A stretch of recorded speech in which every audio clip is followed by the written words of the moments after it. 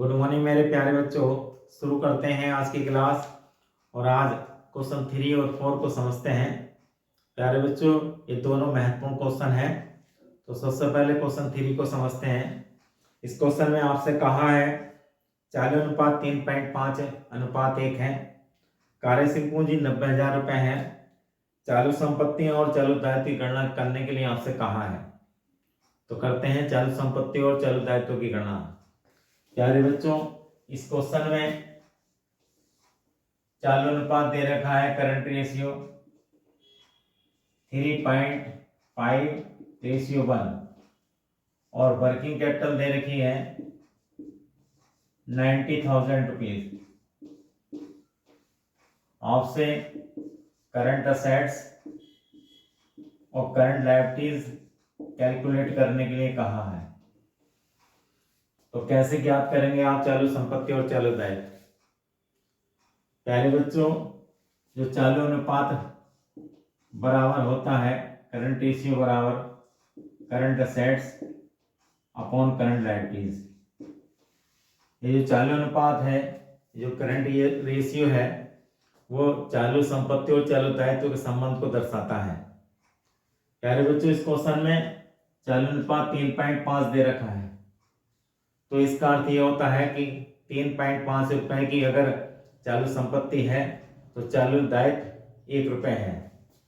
तो अगर ये 3.5 करंट असेट्स है तो 1 रुपीज करंट लायबिलिटीज है। प्यारे बच्चों, यहाँ वर्किंग कैपिटल 90,000 की दे रखी है और इसी के आधार पर आपको करंट असेट करंट लायबिलिटीज निकालनी है।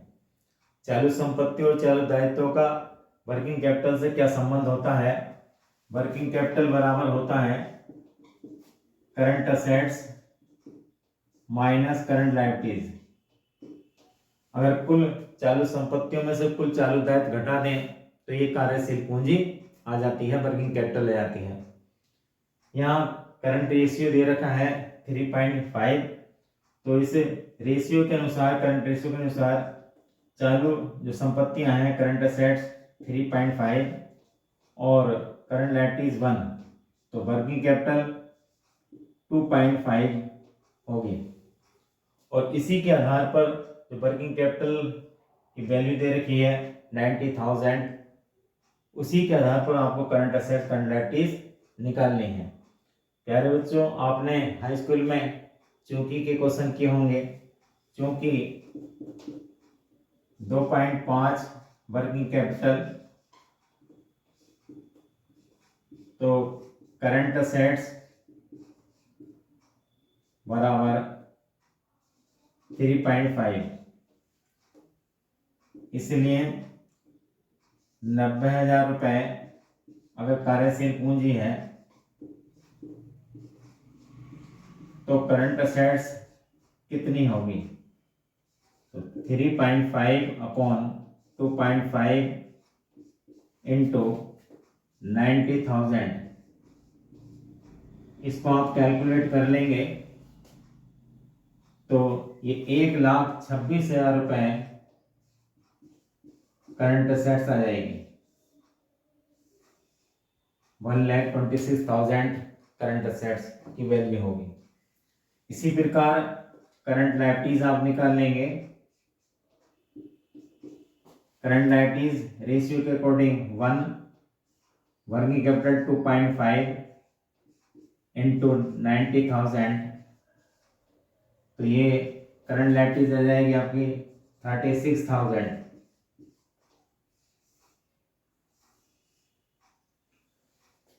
1,26,000 में अगर 36,000 आप घटाएं तो ये वर्किंग कैपिटल आपके 90,000 आ जाएगी।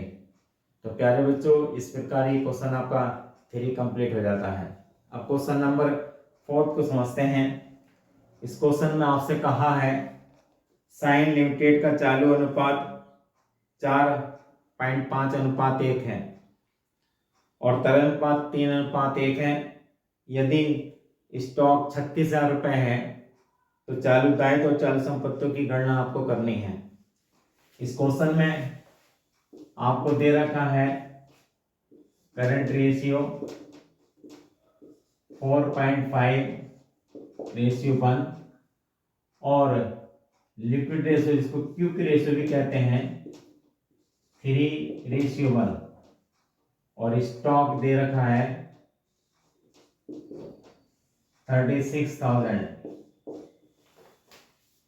आपसे कैलकुलेट करने के लिए कहा है करंट असेट्स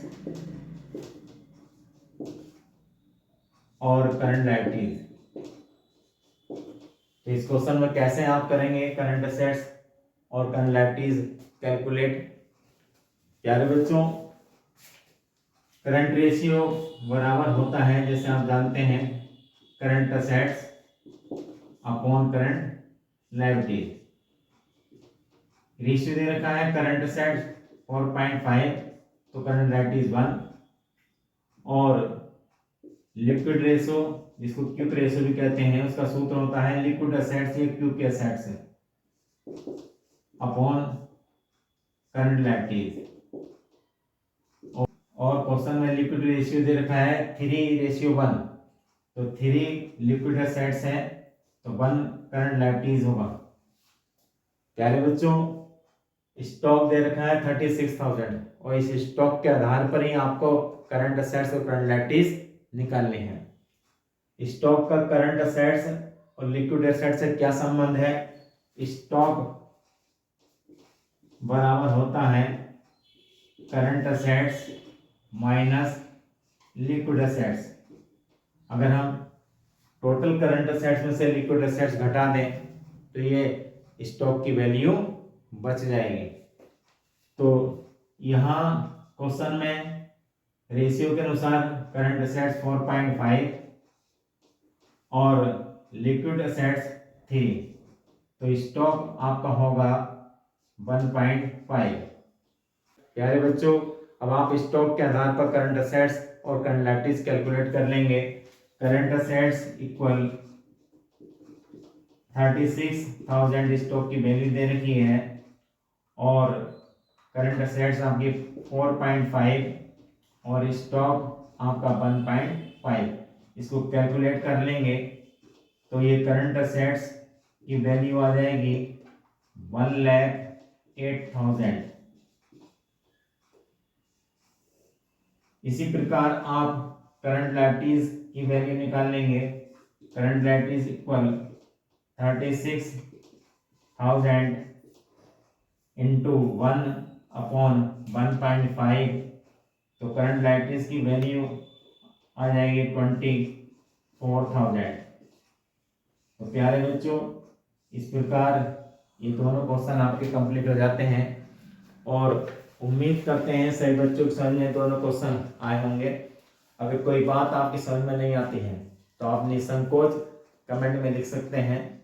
आपकी हर समस्या का समाधान करने की हम पूरी कोशिश करेंगे। अगर आपको समझ में आता है तो वीडियो को लाइक कीजिए और शेयर भी कीजिए और कमेंट भी कीजिए। आपका एक कमेंट हमें नई ऊर्जा प्रदान करता है। धन्यवाद।